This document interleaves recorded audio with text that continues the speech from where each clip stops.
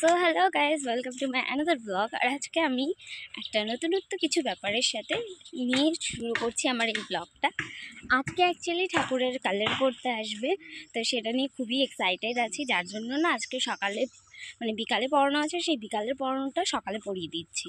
তো চলো এখন পড়াতে যাই। আর আজকেই ওই দাদুরা আসবে, তো কেমন করে কি করছে সেই জিনিসটা তোমাদের সামনে তুলে ধরবো। তো আপাতত পড়াতে যাই।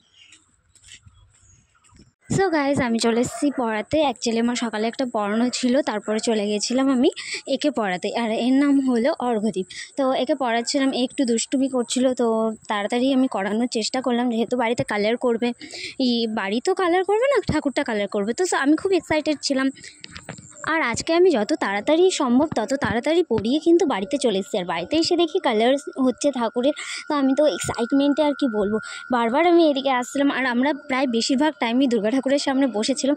আর মাত্র কয়টা দিন অপেক্ষার অবসান ঘটছে, তো আমি খুব খুশি। তারপরে কিন্তু আমাদের বিকালে এই যে স্টুডেন্টদের নাচের প্র্যাকটিস ছিল, আর কোরিওগ্রাফার হিসাবে কিন্তু আমি ডান্স শেখাচ্ছি। তো সেই ডান্সের ভিডিওগুলোও দেবো, তোমরা বলবে, অবশ্যই জানাবে যে কার কেমন লাগলো। আর এদিকে দেখো, আমাদের ঠাকুরের কিন্তু এখনও পুরোপুরি কমপ্লিট হয়নি, কিন্তু অনেকটাই কমপ্লিট হয়ে গেছে। আমি প্রায় 3-4টা শ্যুট করেছি এই ভিডিওগুলো, বলার মতো না। আমি এই এক্সাইটমেন্টগুলো ধরে রাখতে পারছি না। এক্স্যাক্টলি যদি কারো বাড়িতে পুজোটা হয় তাহলে সে বুঝতে পারবে কতটা এক্সাইটমেন্টের ব্যাপার। আর যেহেতু আর 2 দিন পরে পুজো, সেই জন্য আরও বিশেষ করে এক্সাইটমেন্টটা আছে আমার। তো সন্ধ্যার দিকে প্রায় এতটা কমপ্লিট হয়েছিল, বাকি এখনও অনেকটা আছে।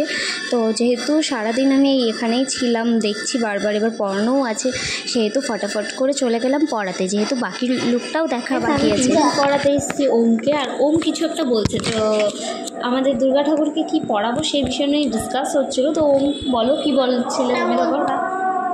ও বলছে নাইটি পরানোর কথা, বলে তুমি শাড়ি তো পরাতে পারবে, নাইটি পরাতে পারবে, গামছাও তো পরাতে। দুর্গা ঠাকুরকে শাড়ি পরাবে, আর আমি ওটা কিন্তু মিস করতে চাই না। সো তাড়াতাড়ি করি, চলো। আমি চাই কি যে ভগবান যেন ব্যাপের আশা নাকি করে দেয় শাড়ি পরানো। নো নো নো, যাই হোক তাড়াতাড়ি করি।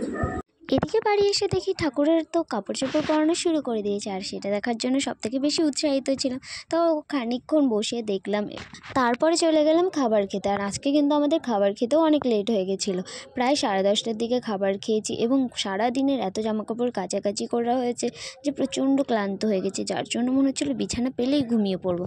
কিন্তু এদিকে দেখো, বিছানা পাওয়ার তো উপায় নেই। তো যাই হোক, এদিকে কিন্তু ঠাকুরের শাড়ি পরানো ফুল কমপ্লিট। আর দেখো শাড়ি পরিয়েছে, কত সুন্দর লাগছে ঠাকুরগুলোকে দেখতে। আর যখন তাদের জুয়েলারি দেবে এবং আরও অন্যান্য সামগ্রী দিয়ে সাজানো হবে, তারপরে কতটা সুন্দর হবে তোমরা ভাবতেও পারছো না। তো আমি ফাইনাল লুকটা দেখার জন্য খুবই এক্সাইটেড আছি। তো তোমরা কেমন এক্সাইটেড আছো? আর সবাই কিন্তু কমেন্ট করো। আর এই পুজোতে আমরা কতটা মজা করছি না করছি, সম্পূর্ণ জিনিসটা তোমাদের সাথে অবশ্যই শেয়ার করব। আর আমার বাড়ির পুজো বলে কথা, আমি তো প্রচণ্ড এক্সাইটেড। আমাদের নাচ প্রতিদিন তোলা হচ্ছে এবং প্রতিদিন ডান্স প্র্যাকটিস করা হচ্ছে। সো আজকের মতো এতটুকুই, দেখা হচ্ছে আবার নেক্সট ব্লগে। ততক্ষণ জন্য টাটা।